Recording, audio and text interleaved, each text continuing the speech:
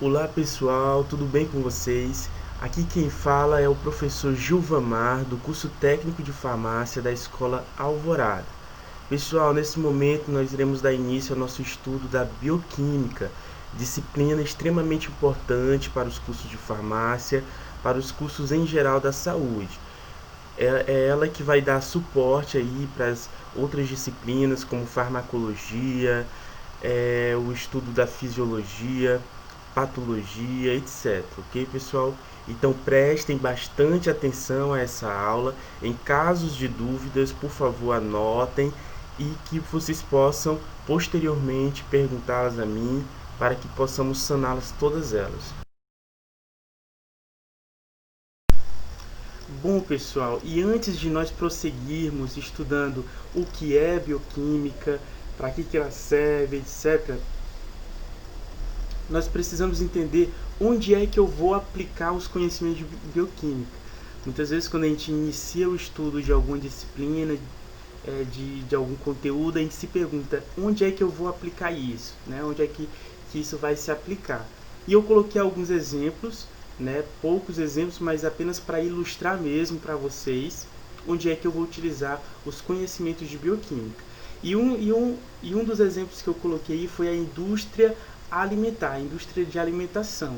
Os conhecimentos de bioquímica, pessoal, vai ser extremamente importante na indústria alimentar, porque precisamos conhecer de assuntos básicos de bioquímica na indústria alimentar, como por exemplo proteínas, vitaminas, porque eu vou ter que utilizar esse conhecimento na produção de um alimento. Por exemplo, eu quero produzir algum corante com sabor de fruta. Eu tenho que conhecer os flavonoides, eu tenho que conhecer o conhecimento básico de bioquímica para me aplicar na indústria alimentar. O mesmo aí na farmacologia, pessoal. Na produção de medicamentos, na química farmacêutica, todas essas disciplinas eu vou utilizar dos meus conhecimentos, dos nossos conhecimentos da bioquímica, quando estudamos a bioquímica. Outra aplicação dela vai ser na fisiologia, pessoal. Antes de nós estudarmos as funções dos órgãos, nós estudamos a parte bioquímica, como é que funciona a célula, como é que se dá a formação de um músculo, certo, pessoal? Então, todo o conhecimento de bioquímica eu vou utilizar também na fisiologia, que seria a função dos meus órgãos, a função daquele determinado órgão naquele sistema do organismo humano. Então, vou precisar dos conhecimentos da bioquímica. Outra disciplina também muito interessante aí na área da saúde é a disciplina de microbiologia. A microbiologia, pessoal, como o próprio nome já indica, vai estudar os micro-organismos, bactérias, fungos, vírus, e eu preciso conhecer as células, preciso diferenciar uma célula procarionte, eucarionte, saber as organelas que compreende cada um, partindo do conhecimento da bioquímica das células. Então, pessoal, só nesses exemplos vocês puderam notar a importância que é estudar a bioquímica. Então, lá mais na frente, nas outras disciplinas que vocês verem, talvez patologia, fisiologia, farmacologia, vocês vão lembrar de mim, vão lembrar das nossas aulas, porque vocês vão utilizar do conhecimento que eu tentarei repassar para vocês. Vocês vão ver que vão precisar deste conteúdo. Portanto, pessoal, prestem atenção, anotem, em casos de dúvidas, perguntem, me comuniquem, falem comigo, porque essa disciplina vai te ajudar mais na frente, ok, pessoal? Não entendeu o conteúdo? Volta o vídeo, volta a videoaula, tenta rever até fixar o conteúdo, porque vocês irão precisar mais na frente. Então vamos dar prosseguimento, vamos continuar. Nós falamos onde nós iremos aplicar, então agora vamos continuar nossa aula normal, se perguntando o que é bioquímica. E o que seria, pessoal, bioquímica? Bioquímica é a ciência que busca descrever a estrutura, a organização e as funções da matéria viva em termos moleculares. Eu podia dizer apenas que a bioquímica seria o estudo da vida, o estudo, né, entre a biologia, o estudo da biologia e da química. Mas não, é uma ciência, pessoal, que tenta descrever a estrutura, a organização e as funções da matéria viva. Olha a importância que é estudar essa disciplina. E tudo isso em termos moleculares. E como é que se dá, pessoal, a organização celular dos seres vivos? Acredita-se, pessoal, que a unidade mínima do ser vivo, a unidade fundamental para formar o ser humano seria a célula. Né? Sempre teve esse conceito, né? Como tinha do átomo, formando a matéria viva, não sei o quê. Quem forma a unidade mínima para formar o ser vivo seria uma célula. Claro que dentro dessa célula ainda teria a molécula de DNA, o núcleo, nessas partes ainda menores do que a célula. Mas a célula seria a minha unidade fundamental para se formar um ser vivo. O conjunto dessas células, pessoal, formaria o meu tecido. Esse tecido, ele formaria um agregado para então formar o meu órgão. E esses órgãos, né, vários órgãos, eles formariam então um sistema que faria parte ali do meu organismo. Esse sistema precisa desses órgãos para desempenhar a função do organismo, a fisiologia presente ali naquele sistema. Ok, pessoal? Essa seria a organização básica do ser vivo, a organização celular do ser vivo. E como funcionaria a hierarquia estrutural na organização molecular das células? Então, ó, a bioquímica, pessoal, parte disso. Nós estudamos o simples para chegar até o mais complexo. Então, a gente parte daquilo que é mais simples. Preste atenção aí como é que funciona o nível aí hierárquico. Olha só, eu parto de uma unidade aí, por exemplo, nós temos aí unidades monoméricas de nucleotídeos que vão formar o meu DNA. Olha como ele é simples, né? Nós temos aí um composto orgânico. Esse composto orgânico vai formar a nossa macromolécula de DNA, nessa fita aí de DNA, dupla fita de DNA, formando aí o ácido nucleico aí. E nós temos então o conjunto desse DNA aí, quando ele está condensado, ele vai então formar os nossos cromossomos, que já teria um complexo já chamado de supramolecular, já tem uma certa complexidade. E essa supramolécula aí, esse complexo supramolecular, comporia o nosso núcleo, a nossa célula, e estaria fazendo parte de várias outras organelas. Certo, pessoal? Então esse seria o nível. Então a gente parte de algo mais simples para chegar então no complexo, que seria a minha célula. Isso que se chama estudo bioquímico. É isso que a bioquímica trata, pessoal.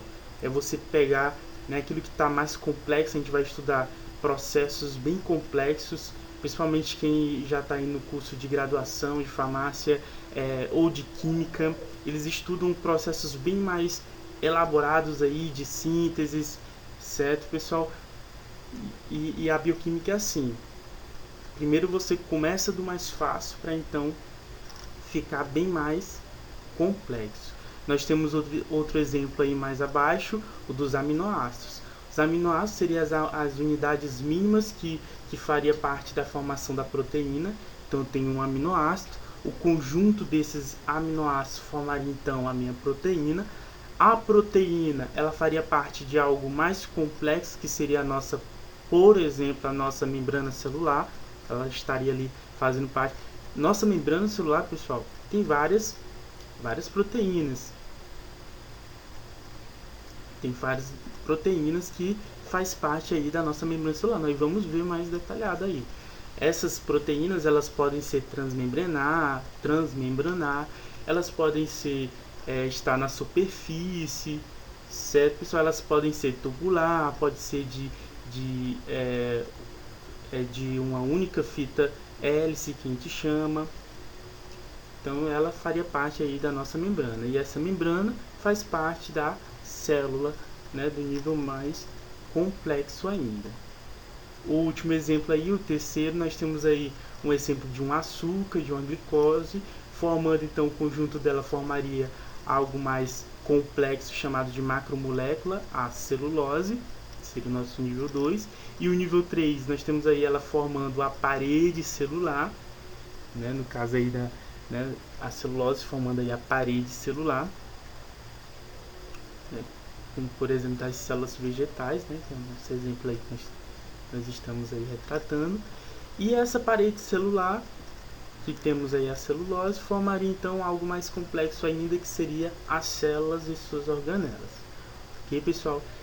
Então, esse seria mais ou menos o arcabouço aí do estudo da bioquímica.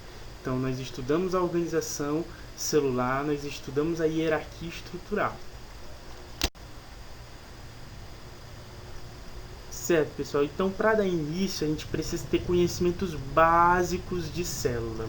Para que a gente entenda essa disciplina, a gente precisa ter conhecimento mesmo lá do ensino médio. Eu preciso que você retome esse conhecimento para que a gente dê continuidade, para que você não se perca. Caso você tenha muitas dúvidas acerca disso, revise esse assunto. O primeiro deles aqui é sobre o que seriam células procarióticas e células eucarióticas. O conceito é algo básico que você precisa saber. As células, pessoais, consideradas como eucariontes, os seres formados por células eucariontes, seriam aqueles seres em que suas células teriam uma membrana especial ali protegendo o seu núcleo, diferenciando ali o núcleo, né, onde o seu núcleo estaria ali protegido por essa membrana, chamada carioteca. O eu, pessoal, eu gosto muito de trabalhar com palavras. O eu, ele significa verdadeiro. Então essas células, ela era considerada como a célula verdadeira. Então essa célula verdadeira seria as células eucarióticas, as células que teriam, o seu núcleo teriam uma membrana especial chamada de carioteca. Já as células procarióticas, pessoal, não tem essa proteção no núcleo, então o núcleo está disperso no meu citosol, está disperso ali né, dentro da minha célula, no meio intracelular. Ele não teria essa proteção no núcleo, chamado de carioteca. Então eles seriam procarióticos, ou seja, eles são anteriores às células eucarióticas. Alguns cientistas até falam que eles são os precursores das células eucarióticas, como se eles fossem as células primitivas aí que deram origem então às células mais bem elaboradas, que seriam as células eucarióticas. Quem seriam, pessoal, as células procarióticas?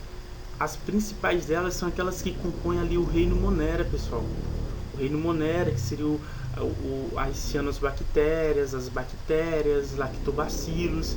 São essas células consideradas como as células procarióticas, aquelas células primitivas que não tinham núcleo diferenciado, ok? Por essa membrana especial chamada carioteca. Então vamos dar continuidade. Nós temos aí o exemplo de duas células eucarióticas, tá, pessoal? A célula animal e célula vegetal. Tá vendo tanto? Nesse momento não se prendam tanto a nomes, porque a gente vê que é muitas coisas, né? Vocês já viram aí no ensino médio, vocês lembram que às vezes tinha até que decorar nome por nome, função por função, o que aquela organela, qual era a função daquela organela, o que ela fazia, síntese proteica, o que era. Mas nesse momento eu quero apenas que vocês notem o tanto que é complexo uma célula.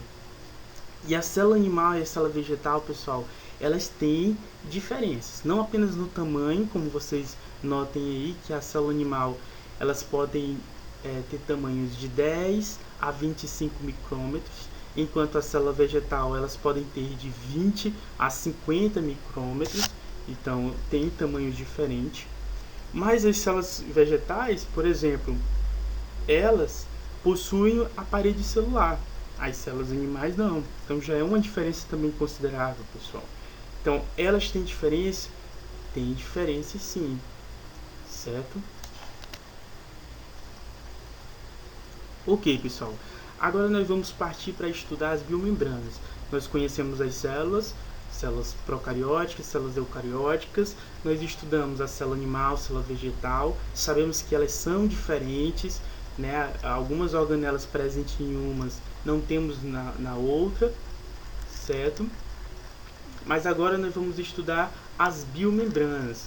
Todas as células elas são envoltas de membranas, elas possuem membranas, tanto de organismos procariotos, que a gente já sabe quem são, quanto de organismos eucariotos. As células eucarióticas têm, além da membrana plasmática, nós temos o envoltório nuclear, a carioteca, nós temos o retículo endoplasmático formado por membrana, complexo de Golgi, lisossomos, peroxissomos, mitocôndrias, vacúolos e, se for vegetal fotossintetizante, pessoal, ainda tem os cloroplastos, que também são formados aí das biomembranas, das membranas da membrana plasmática. Eles são formados das membranas plasmáticas. Ok, pessoal? Essas membranas celulares, pessoal, elas têm características especiais. Uma delas é que elas são estruturas flexíveis e autosseletivas. Flexíveis porque permite alteração na sua forma. Então, no momento ali que ela faz o processo ali de deglutição, né, onde a célula ela se alimenta, seja por fagocitose, seja por pinocitose, ela vai ter ali que alterar a sua forma, pessoal. Só que ela tem essa flexibilidade de alterar sua forma e voltar, né, e se regenerar. A pinocitose, pessoal, a gente chama esse processo de pinocitose quando ela engloba, se alimenta de líquidos, né, de partes líquidas ali presentes na célula, e ela faz a sua alimentação, né. Quando são partes sólidas e ela faz esse processo, né, de englobar esse resto aí que está no meio extracelular, ela então faz a fagocitose. Então a diferença entre essas duas é isso. A flexibilidade da célula também é importante, da membrana celular, é importante para o crescimento celular. Que a célula vai crescer, então a membrana ela tem que acompanhar esse crescimento. As membranas também são importantes, essa flexibilidade, para a sua movimentação. A movimentação da célula, pessoal, ela pode ser de dois tipos, né? Pode ser por flagelo ou pode ser ameboide, né? Movimentos ameboides, onde ela vai apenas ali, né, se movimentar sem utilizar os flagelos. A célula também, a outra característica dela é de seletividade, né? Ela é autosseletiva, ela vai reter íons e moléculas por difusão facilitada, ela vai ali, íons, se eles forem, pessoal, essa parte ela é bem interessante porque vocês vão precisar desse conhecimento mais lá na frente, porque vai depender o estado desses íons, se ele está ionizado, se ele não está. Se ele estiver ionizado, ele vai ter uma dificuldade maior de entrar nessas células, ou seja, a seletividade desses íons ionizados vai ser menor. E essas moléculas, quanto menor, melhor para ela entrar dentro da célula, certo, pessoal? E o ideal é que essas moléculas sejam apolares, para que elas consigam penetrar a minha célula, porque a sua membrana, pessoal, a membrana da célula, a gente vai ver essas propriedades. A célula em si é formada por membranas que ela é apolar. Por que ela é apolar, pessoal? Porque ela é formada por lipídios. E lipídios ali, por conta da sua cadeia ali carbônica muito grande, ela é considerada como apolar. Então as moléculas apolares, elas conseguem se dissolver em moléculas apolares, no caso aí das nossas membranas. Ok, pessoal? É claro que todas essas informações mais na frente a gente vai continuar martelando em cima disso, porque são conhecimentos que vocês vão precisar lá em farmacologia, certo? Essa seletividade também acontece graças a proteínas que estão ali na minha membrana celular, as proteínas que eu até citei para vocês, proteínas transmembranar. Proteínas transmembranar são aquelas proteínas que estão por toda parte da minha membrana, elas tomam de conta transversalmente ali da minha membrana celular. Então, também vou ter ali seletividade ali por conta dessas proteínas. E nós vamos ter também a seleção para a entrada de fármacos, como eu disse para vocês.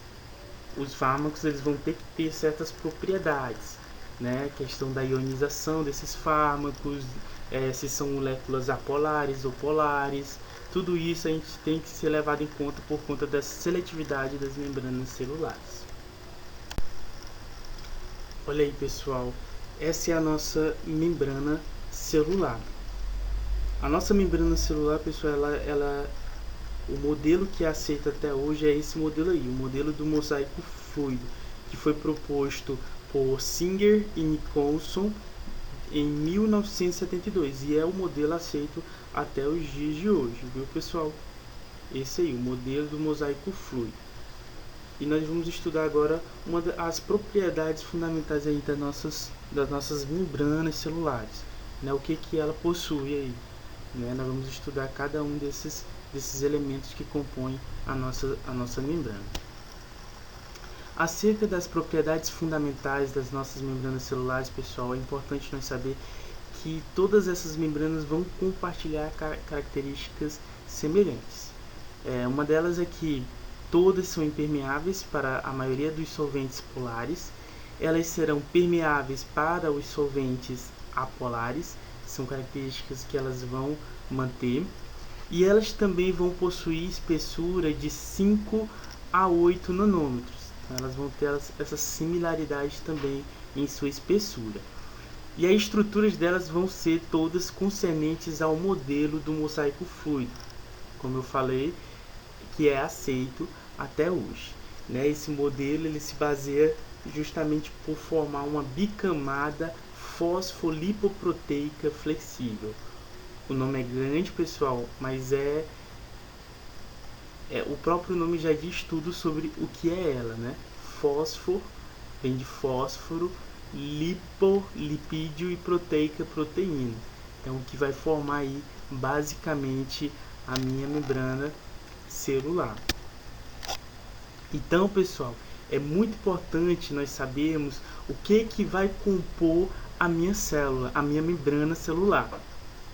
E o que possui basicamente na minha membrana celular? Como eu já falei, ela é formada basicamente de proteínas e lipídios, pessoal. Ela é basicamente formada por essas duas substâncias.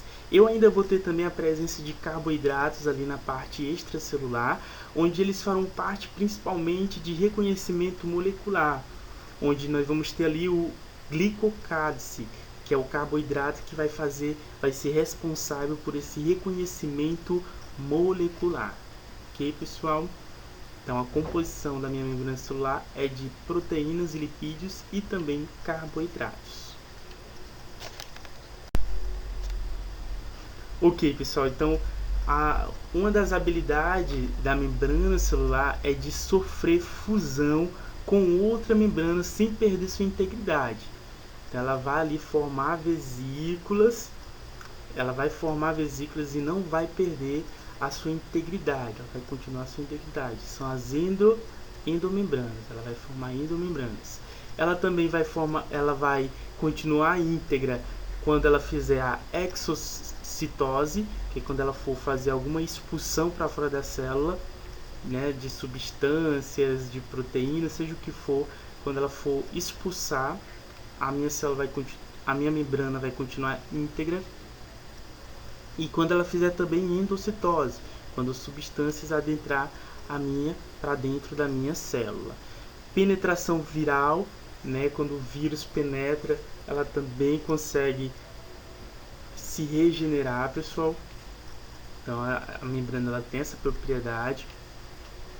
E ela também vai ter uma habilidade de se reorganizar após a divisão celular, né? No momento ali da divisão celular, ela também consegue ficar íntegra. Ela não perde a sua integridade.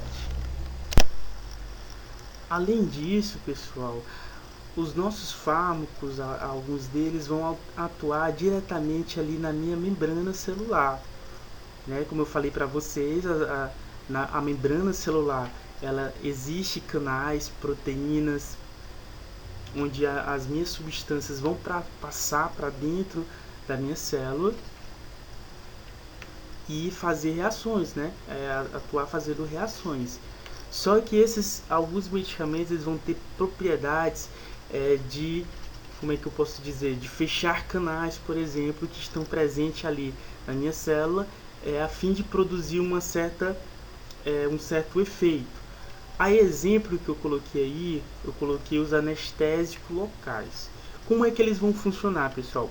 Eles vão ali atuar na minha membrana celular. Mais na frente eu vou falar para vocês o mecanismo de ação deles. Então, eles vão atuar ali na minha membrana celular. E qual é um dos efeitos dos anestésicos locais, pessoal? É aliviar a dor, né? É fazer com que eu não sinta um estímulo nervoso chamado de dor. Então, por exemplo, né, eu coloquei a lidocaína, bastante utilizada quando você está sentindo muita dor. Quem já foi quem já foi no dentista sabe que quando o processo é muito doloroso, ele tem que aplicar um anestésico local ali no dente, né, uma injeçãozinha ali que dói um pouquinho, né? Você sente ali uma picadinha ali no dente, né? Mas ele aplica para que você não sinta dor naquele local durante ali a limpeza ali do dente, né? A raspagem que ele faz ali no dente. Então, eles aplicam esses anestésicos locais. Mas vamos ver minuciosamente como é que funciona o mecanismo de ação desse medicamento. Está aí, pessoal. Os anestésicos eles vão se ligar a canais de sódio presentes na membrana no estado inativo, onde ele vai ter maior afinidade. E ele vai impedir a subsequente ativação do canal e o grande influxo transitório de sódio através da despolarização da membrana. Traduzindo, pessoal,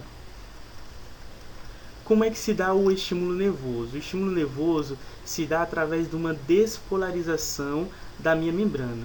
E essa polarização acontece justamente pelo influxo, o influxo de sódio da minha célula. Né? Sódio entra, sódio sai, e esse influxo aí, essa movimentação de sódio, é que acontece aí o estímulo nervoso que leva para o meu cérebro dizendo que estou sentindo dor. Né? Lá no meu cérebro ele diz que eu estou sentindo dor. Quando eu fecho esse canal, eu também fecho a passagem de sódio, a entrada e saída de sódio, evitando então que a despolarização da membrana, evitando aí ocasionando a despolarização da membrana, fazendo com que então não aconteça o estímulo nervoso e eu não sinta então dor. Nós temos aí uma fotografia, uma fotinha para exemplificar melhor como é que funciona. Então vocês estão vendo aí o sódio entrando, né? Então eu vou ter uma menor concentração de um lado de sódio, uma maior concentração de sódio no outro. Nós vamos ter ainda potássio, maior concentração de um lado e menor do outro. Então nós vamos ter essa bomba aí de sódio e potássio para então formar aí a minha despolarização aí. E aconteceu o estímulo nervoso, certo? Ele vai para o cérebro dizendo que estou sentindo dor. Quando eu fecho, né, através aí do medicamento, eu fecho esse canal, o que acontece? Eu não vou ter mais o influxo, não vou ter mais aí a passagem de sódio, né, no meio intracelular para o meio extracelular, não vou ter mais. Então vai impedir aí a condução do estímulo nervoso. Então eu não vou ter o estímulo nervoso, a mensagem enviada para o cérebro dizendo que eu estou sentindo dor. Esse seria o mecanismo de ação dos anestésicos. E outra coisa, pessoal, ele também vai impedir a excitabilidade da nossa membrana. Um exemplo aí de substâncias que interferem na estabilidade da nossa membrana são as toxinas botulínicas, que são produzidas aí por esta bactéria, Clostridium botulinum, que está presente principalmente em alimentos enlatados contaminados. Ela, o que vai acontecer? Ela vai atuar ali no bloqueio da liberação de acetilcolina, onde vai fazer com que eu tenha uma paralisia motora progressiva. Ou seja, o local onde ela é aplicada, essa toxina, onde ela atinge, aquele local ele fica paralisado. Por exemplo, as mulheres utilizam muito, né, na região facial, né, a aplicação de Botox. Seria a síntese dessa toxina, viu, pessoal? Botox. Então, a partir da síntese dessa substância, eles aplicam na região facial para deixar ali enrijecido, paralisado aquele local.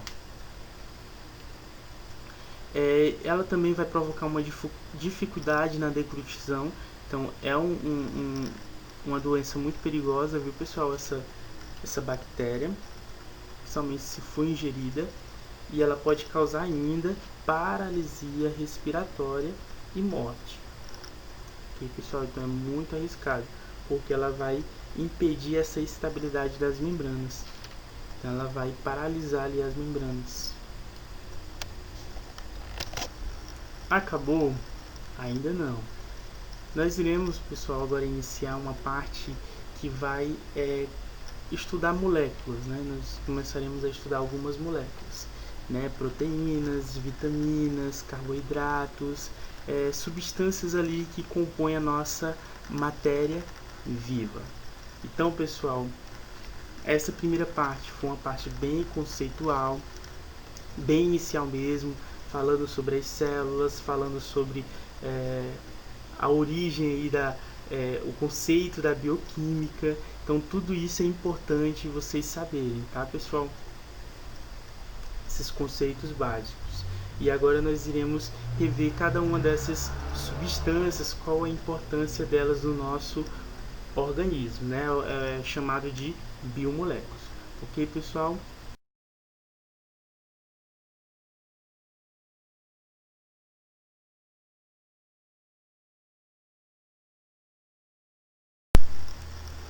E nós iremos agora dar início ao estudo das biomoléculas, pessoal.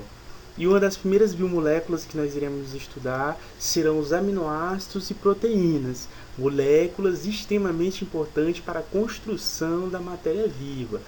Então essas moléculas são muito importantes porque elas irão determinar aí a formação do ser vivo. Ok, pessoal? Então prestem muita atenção e vamos então dar início a essas biomoléculas, aminoácidos e proteínas. As proteínas, pessoal, são moléculas biológicas mais abundantes nos organismos. Ela só vai perder mesmo ali para a água, né? Nós sabemos que um adulto ele é composto de 75 a 80% de água, né? Um ser vivo adulto. Então ali a maior parte, né, do ser vivo é composto de água, dependendo do ser vivo, é claro. A gente sabe que existe, por exemplo, a água viva, ela é 98% água. Então assim, dependendo da idade também, mas o ser humano ele é composto de 80% de água, o ser humano adulto. Essas proteínas, pessoal, elas são formadas por unidades mínimas ou monoméricas simples, chamadas de aminoácidos. Nessas siglazinha aí, AA. Então, os aminoácidos, nessas unidades mínimas, vão formar então as proteínas. E eles vão ter várias funções, pessoal, vão desempenhar várias funções no nosso organismo. As proteínas, quando elas são na sua forma ativa, nós chamamos elas de enzimas. As enzimas elas vão atuar justamente no metabolismo de reações. Eles vão ali funcionar como catalisadores. Então, enzimas nada mais é do que proteínas na sua forma ativa ali. As proteínas também vai formar os nossos anticorpos. As imunoglobulinas nada mais é do que proteínas. As proteínas também compõem as nossas fibras musculares, pessoal. A quitina, a miosina. Então, ali elas fazem parte ali das fibras musculares. Nós temos ainda uma proteína muito conhecida aí, pelos atletas, que seria a creatinina. Lembrando que a creatinina é que é excretada na urina, não é a creatina, tá bom, pessoal? Nós temos ainda também as proteínas nos venenos naturais, as proteínas nos hormônios. Alguns hormônios são base de proteína. Nós temos proteínas também como transportadores de membrana. E nós temos também proteínas do leite. Certo, pessoal? Nós temos ainda proteínas do leite bastante, extremamente importante. Bom, pessoal, aí nós temos algumas aplicações das proteínas. O primeiro exemplo se refere aí à proteína luciferina. A reação dela vai ser, o resultado vai ser produzir luz, que é aquela luz produzida pelo vagalume. A reação acontece entre a luciferina e o ATP, adenosina trifosfato, ok, pessoal? O nosso segundo exemplo aí é uma proteína bastante conhecida por todos nós, responsável por transportar oxigênio no organismo, a hemoglobina, que está presente nos nossos eritrócitos, as nossas hemácias.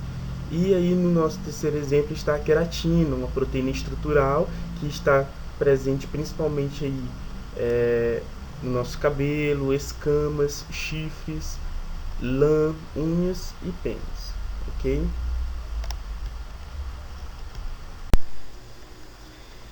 Esse outro slide vai mostrar os aminoácidos. Nós temos aí 20 aminoácidos catalogados, 20 aminoácidos que irão formar então as nossas proteínas. Você pode estar vendo aí, tem alguns aminoácidos. O menor aminoácido que nós temos, pessoal, se chama glicina. Você pode dar procurar aí o menor aminoácido se chama glicina. Nós temos aí a glicina, nós temos a cisteína, prolina, nós temos a asparagina, nós temos aí aminoácidos extremamente importantes, tá, pessoal? O ácido aspartico, ok? Esses aminoácidos são importantes porque eles irão formar justamente as proteínas. Então, a falta deles também no meu organismo também vai acarretar a falta das minhas proteínas. Então, eles são extremamente importantes. Nós temos aí o triptofano, pessoal, que irá ajudar aí a formação dos neurônios, certo? Esse pessoal está com insuficiência de triptofano, então provavelmente ele vai ter algum distúrbio mental, alguma coisa ali, por conta desse aminoácido que é extremamente importante, ok, pessoal? Temos aí a tirosina. Então aí é só mesmo para nível de conhecimento de vocês mesmo, esses nomes aí, vocês vão aprender com o tempo aí de vocês, tá bom? Ok, pessoal, então os aminoácidos, a união deles vai originar as proteínas. E essa união se dá através de ligações covalentes, que nós iremos chamar de ligações peptídicas. Então, dois aminoácidos vai formar então uma ligação que a gente chama de dipeptídica. Então, vamos ter ali uma ligação dipeptídica. O primeiro aminoácido foi descoberto foi a asparagina em 1806 e o último aminoácido descoberto foi a treonina em 1938. No total, como a gente já viu no slide passado, são 20 aminoácidos que possuem características comuns, porque todos apresentam o alfa-aminoácido. Nós veremos mais na frente onde é que está localizado esse alfa-aminoácido. Olha aí, pessoal, por que é alfa-aminoácido? Justamente porque todos eles vão apresentar um carbono central. Esse carbono central a gente vai chamar ele de carbono alfa. Esse carbono alfa nós vamos ter uma porção chamada amino terminal, onde nós teremos aí a porção amina, por isso chamado de aminoácido. Nós teremos a porção carboxi terminal, né, formada ali pela carboxila, e nós teremos a cadeia lateral, né, representada pelo R ali em roxo, certo, pessoal? E essa cadeia lateral é que vai me dar a dimensão desse aminoácido, em relação ao seu tamanho, carga elétrica, solubilidade. Então vai depender dessa cadeia lateral. Olha aí, pessoal, uma proteína, também conhecida como polímero, porque é formado por várias partes, e o monômero dele se chama o aminoácido.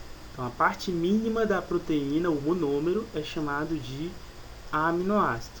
E a fórmula é essa fórmula aí que a gente já conheceu, onde nós vamos ter, na extremidade, nós vamos ter a porção amina, na outra a porção carboxi terminal, e na outra nós vamos ter aí a porção lateral, que pode ser um enxofre, pode ser formado, certo, pessoal, por um sulfeto, vários compostos aí pode estar nessa porção lateralizada aí. A fórmula geral de um aminoácido, do aminoácido é esse aí que vocês estão vendo. Os grupos amina e carboxila estão no carbono central. Esse R aí em roxo seria a cadeia lateral, que diferencia os aminoácidos entre si. A ligação entre os aminoácidos, eu já falei, se chama ligação peptídica, ocorre entre o grupo alfa-carboxila de um aminoácido e o alfa-amino de outro aminoácido. E o tamanho do meu aminoácido, pessoal, ele é dado, né, em Daltons. É outra unidade de medida aí para os nossos aminoácidos. Quando esse aminoácido ele tem um tamanho de 10.000 Daltons, a gente ainda continua chamando ele de peptídeo, certo? Passou disso, né, ou seja, eu tenho mais de 10.000 Daltons, ou eu tenho mais de 100 aminoácidos, eu já considero ele uma proteína. Exemplo aí de uma proteína, pessoal, a mioglobina. A mioglobina é a proteína armazenadora de oxigênio nos músculos, tá, pessoal? Não confundam aí com a hemoglobina. A hemoglobina é a proteína armazenadora de oxigênio na corrente sanguínea, ok? A mioglobina é uma proteína de forma globular de 153 aminoácidos, contendo o grupo prostético, que seria o grupo não proteico, pessoal, da minha proteína, o grupo M, que é onde eu vou ter aí o grupo M, eu vou ter o ferro. O ferro, pessoal, é que vai fazer com que esse oxigênio seja atraído para dentro da minha célula, formando aí esse complexo em volta do oxigênio, né, e tornando ele então ali como se fosse uma espécie de, como se ele estivesse dentro de uma jaula. Ele vai ficar enjaulado ali dentro da minha proteína. A proteína ela é bastante solúvel em meio aquoso. O interior da molécula é forrado com cadeias laterais de aminoácidos apolares, formando então um ambiente hidrofóbico. Então lá dentro acaba se tornando um ambiente hidrofóbico. A água não entra lá dentro. Função das proteínas. Nós temos aí a ligação reversível. O grupamento M, que vai ser responsável justamente por essa ligação com oxigênio, tanto na mioglobina como na hemoglobina, tá, pessoal? Só que a mioglobina ela é a proteína que armazena oxigênio nos tecidos musculares, e a hemoglobina é a proteína que transporta oxigênio na corrente sanguínea. Em ambos os casos, essa ligação a gente vai dizer que é uma ligação reversível. Se é reversível, pessoal, significa que é porque também existe a irreversível, não é verdade? Só que no caso da ligação irreversível, o que vai acontecer? Se eu tenho oxigênio tudo bem, né? A minha célula ali vai oxigenar meus órgãos e tudo mais. Mas e se no lugar do oxigênio tem uma substância que se liga a ele e ela é uma ligação irreversível, ou seja, ele se ligou ao oxigênio, pronto, já era. Amor à primeira vista, não larga mais, até a morte nos separe, pronto, e ponto final. Então essa ligação, pessoal, é o que a gente chama de ligação irreversível. Pode ocasionar então na morte do ser humano. Por quê? Porque vai ocasionar então a hipóxia dos meus tecidos. E eu posso então também morrer por asfixia, que meus órgãos não vão ser oxigenados. Uma dessas ligações que acontece, que é uma ligação permanente e irreversível, é justamente com a presença de monóxido de carbono, pessoal. Quando eu tenho monóxido de carbono na corrente sanguínea e ferro, quem é que o ferro vai preferir, o oxigênio ou o monóxido de carbono? Monóxido de carbono. E aí que está o problema. Ok, pessoal? Apenas a nível de conhecimento. A albumina, pessoal, é uma proteína extremamente importante que você precisa conhecer ela, porque ela vai carregar a maior parte dos medicamentos. Será essa proteína. E ela é de estrutura quaternária por conta de sua conformação. Vocês podem notar aí a conformação dela, né? Tem 4 partezinhas, então ela é chamada aí de quaternária, estrutura quaternária. Essa proteína você precisa guardar o nome dela, porque ela é extremamente importante para carregar os fármacos. É a principal carreadora de fármacos no ser humano. Então a albumina vai estar diretamente relacionada com a farmacocinética, principalmente na etapa de distribuição, porque ela vai pegar o fármaco ali, o princípio ativo, e vai levar para o local de ação. Lembrando que a ação medicamentosa só acontece com o fármaco na sua forma livre. Quando ele está conjugado, a gente chama de conjugação, quando ele está conjugado à albumina, ele não faz sua ação, ele simplesmente vai ser carreado, né? A albumina vai servir apenas ali de transporte. Então ali eles têm que se desligar para então o meu fármaco fazer a ação no sítio de ação desejado, ok, pessoal? O evento sofrido pela molécula do fármaco, que após absorvida deverá ser carreada para a circulação sistêmica. Essa aí é a movimentação que acontece. Então nós vamos ter a forma livre. A forma livre é quando ele não está conjugado, ou seja, não está ali sendo carreado pela albumina, e a forma conjugada é quando ele está agregado à minha albumina. A albumina ela tem cerca de 80% dela no nosso organismo. Então, cerca de 80% das proteínas do nosso organismo é a albumina. É a segunda proteína mais abundante, né, no plasma. Porque quem é a primeira, pessoal? A hemoglobina, né? Depois da hemoglobina, a segunda mais abundante seria a albumina. Nós iremos agora falar de alguns problemas que podem acarretar na diminuição de proteínas no organismo.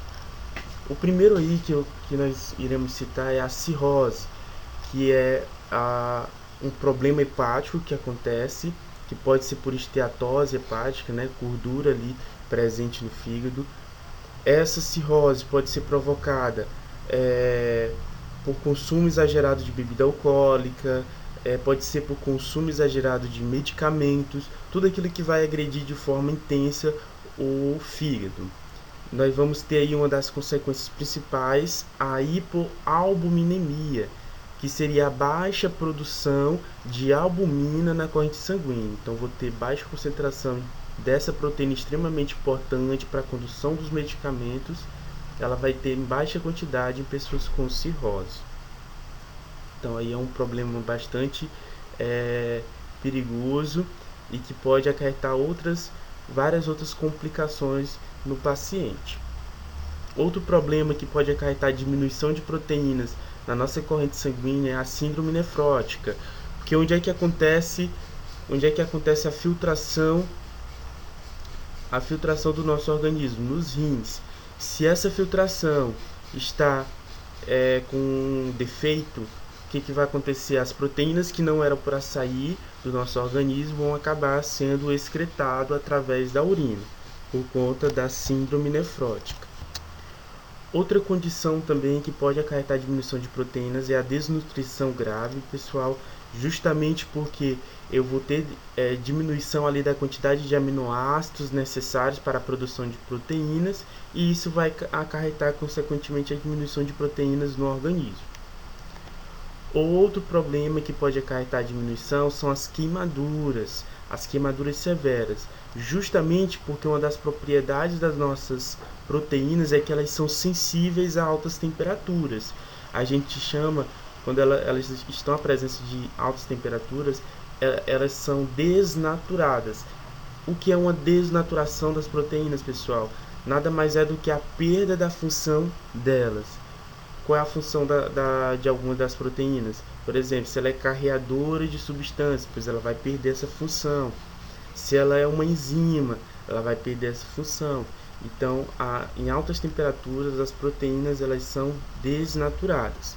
Outra condição que diminui as proteínas no nosso plasma, no nosso sangue, são os idosos. Nós, quando envelhecemos, nós naturalmente começamos a diminuir a taxa de produção de proteínas, justamente por conta que o fígado, ao longo dos anos, ele vai perdendo aquela sua função de produzir em larga escala uma quantidade suficiente de proteínas. Isso é uma condição fisiológica, tá, pessoal? Então aí também nesses casos, né, dos idosos, também vamos ter diminuição de proteínas no organismo, ok? Então é isso, pessoal. Nós chegamos ao fim da nossa aula de bioquímica. Espero que vocês tenham compreendido um pouco dessa disciplina. Caso tenha ficado dúvidas, por favor, anotem e posteriormente perguntem para que possamos saná-las todas elas, ok, pessoal? Muito obrigado pela atenção de vocês. Até a próxima e fiquem com Deus.